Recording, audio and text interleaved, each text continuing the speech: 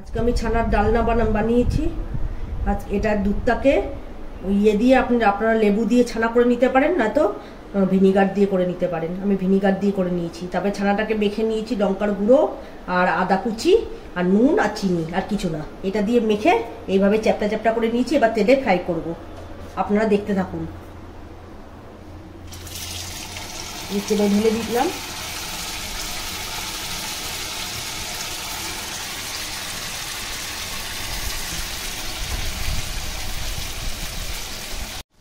হ্যাঁ, এক পিঠ লাল লাল হয়ে গেছে, দেখতে পাচ্ছেন আপনারা।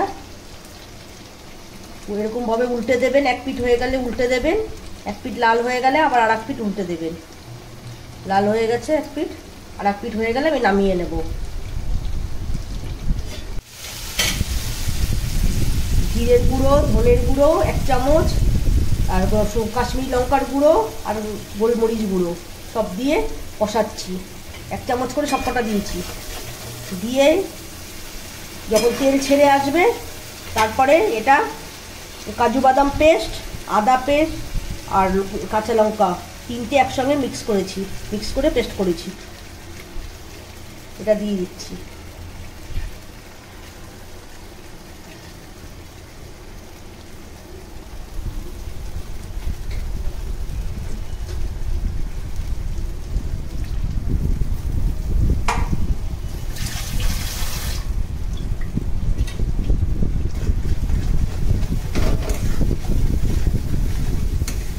দিয়ে এটা নাড়াতে থাকবেন।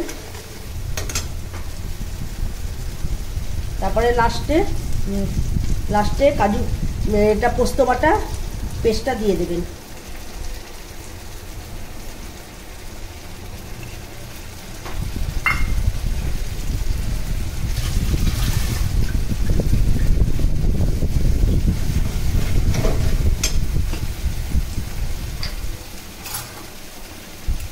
আন্দাজ মতন, যতটা আপনারা নুন খাবেন ততটা দেবেন, আন্দাজ মতন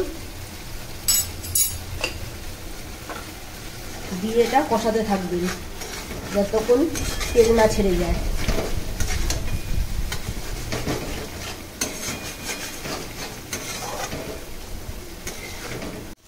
এবার তেল ছেড়ে গেছে এর মধ্যে, এবার জল দিয়ে দিচ্ছি আমি।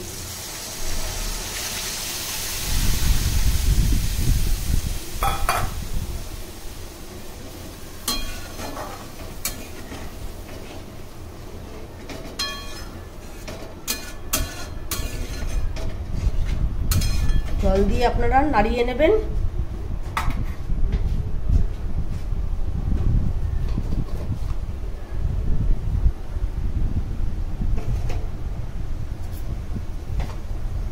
এবার গরম মশলার গুঁড়ো একটু দিয়ে দেবেন জলটা দেওয়ার পরে।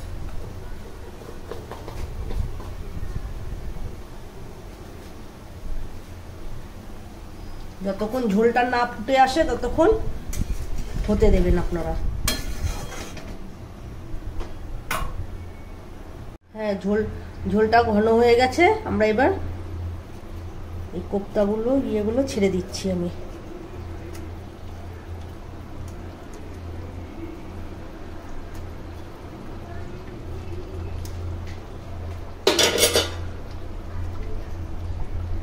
এগুলো ছেড়ে দেওয়ার পরে বেশিক্ষণ রাখবেন না, তাহলে ভেঙে যাবে। একটুখানি হয়ে গেলেই নামিয়ে নেবেন। আপনারা বানিয়ে খান এইভাবে। আমাদের কমেন্টস করুন, লাইক করুন। Thank you.